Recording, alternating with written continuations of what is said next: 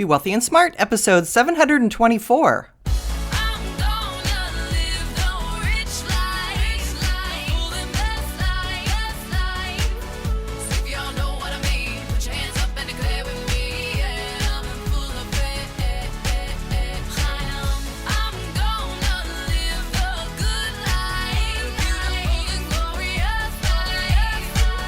Step into a world of wealth and financial freedom without budgets, boredom, or bosses on Be Wealthy and Smart.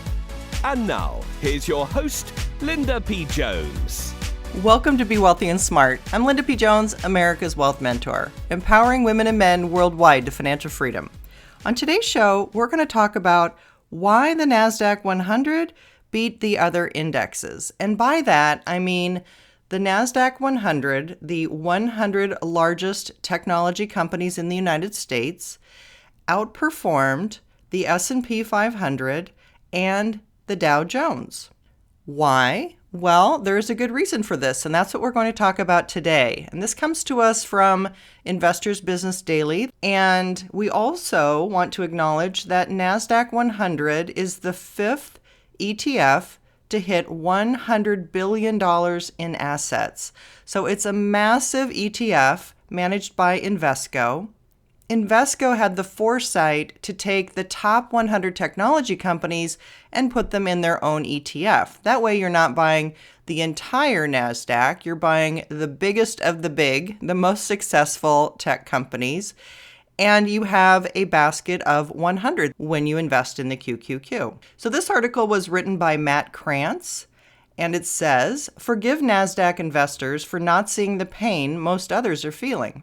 The NASDAQ 100 is up 3.1% this year, while the S&P 500 is down 13%, and the Dow Jones Industrial Average is off 19%.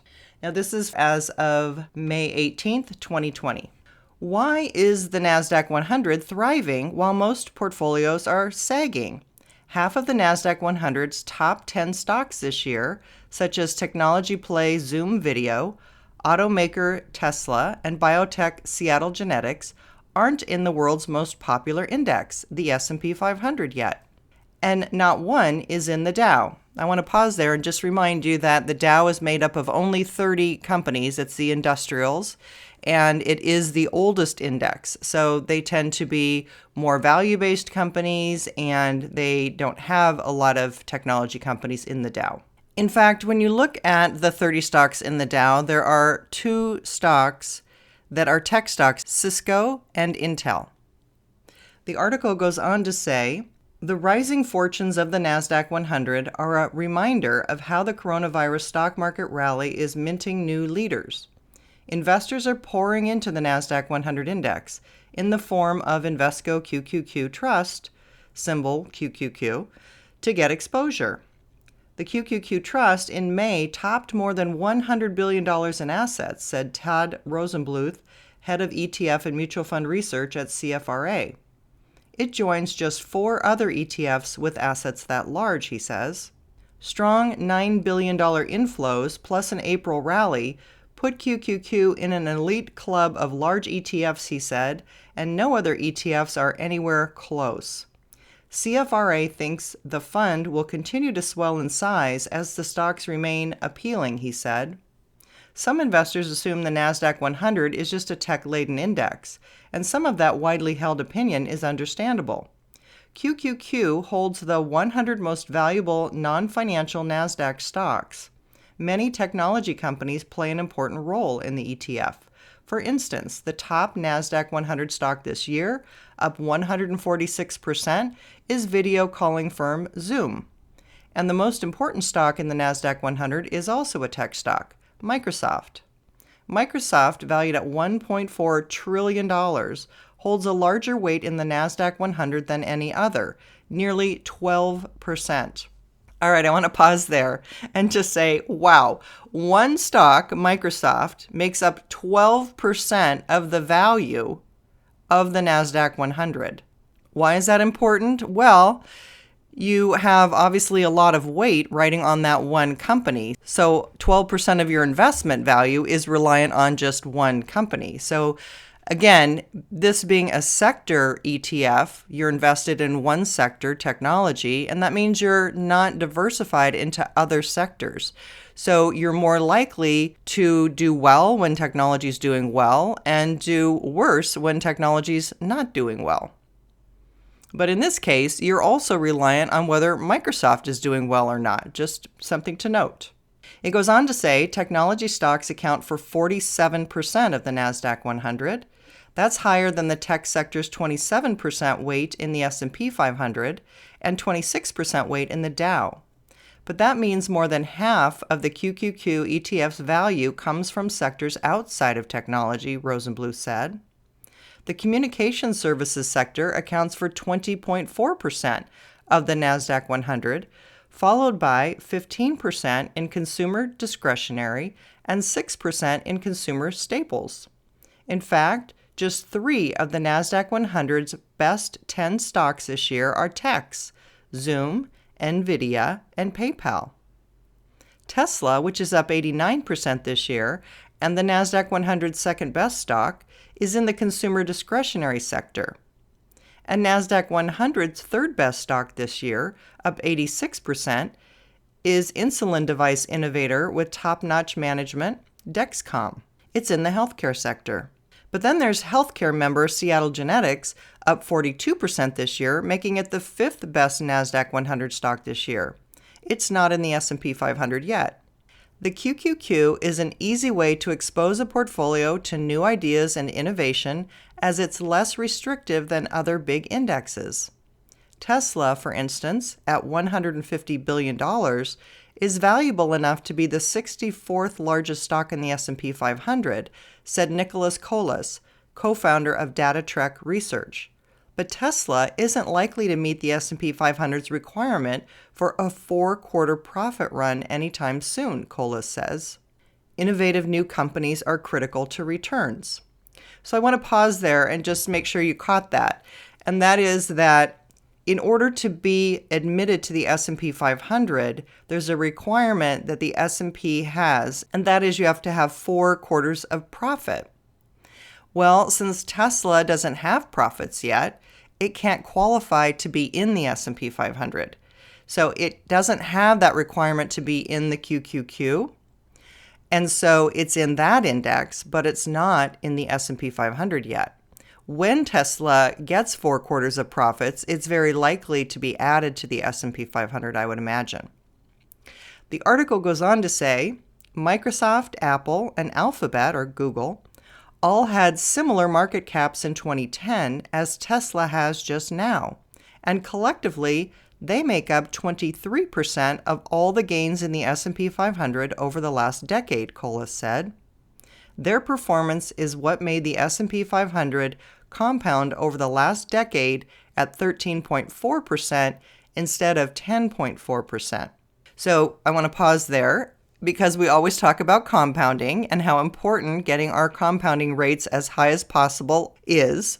And so what he's saying is that the S&P 500 over the last decade has averaged 10.4% and the QQQs have averaged 13.4%.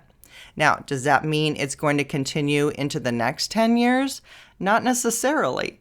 So we can't just assume that if you invested in the QQQ that you would always do better than the S&P 500, because there's always rotation and there's cycles in the market, and sometimes tech stocks are in favor and sometimes they're out of favor. For example, 1998, 99, 2000, tech stocks were very in favor and almost everything else was out of favor. But at the peak of the market in 2000, for the next 2 to 3 years, tech stocks declined by over 70% and were definitely out of favor. So you see, we have cycles. These things rotate and change, so you can't assume that past performance is going to continue into the future. And that's why it's really important that you diversify and you don't just assume that you can buy one investment and that it's going to continue the way it has in the past. You have to own some of all the different asset classes, and that way you'll own whatever is performing well at the time. But you have to be diversified in order to participate in that better performance. That's why we use asset allocation. And then we can use sectors like the QQQ to pepper our portfolio from 5 to 20% so that you have a little bit of faster growth that can help you if those sectors continue to do well. The article goes on to say, but not everyone thinks QQQ is the new ETF benchmark. QQQ just so happens to omit financials, which are lagging. That's accidental success, says Dave Nadig, Chief Investment Officer at ETF Flows. It's entirely the cult of what's working now, he said. End of article. So he's right. By not being in financials, they kind of dodged the bullet right now. And while that's good for the time being, there could be a time when financials come back and start to really outperform, and you would want financials in your portfolio. So again, diversification is key, and so is asset allocation. Just as a side note, there's a little box in this article, and it shows all of the ETFs that have over $100 billion in assets.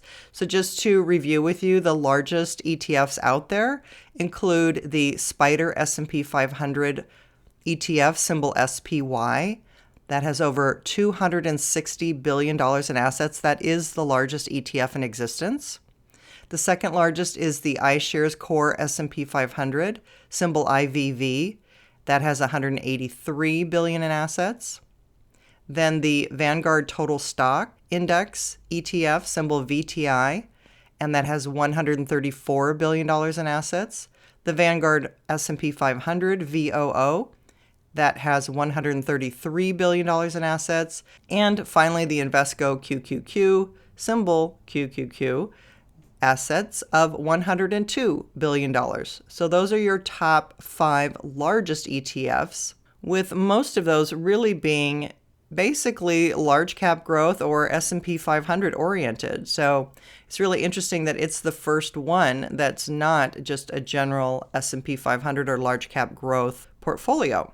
So I thought that was a pretty interesting article, and what fascinated me the most was the fact that some of the most successful companies are in the QQQ, but may not even qualify to be in the S&P 500.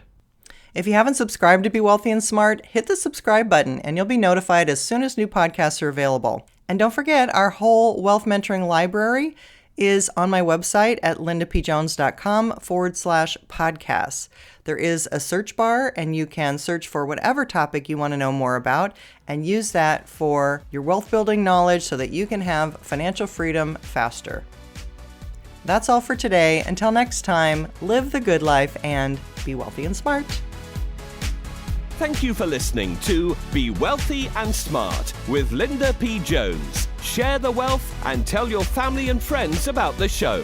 Check out our website, blog, and social media for more riches at www.bewealthyandsmart.com.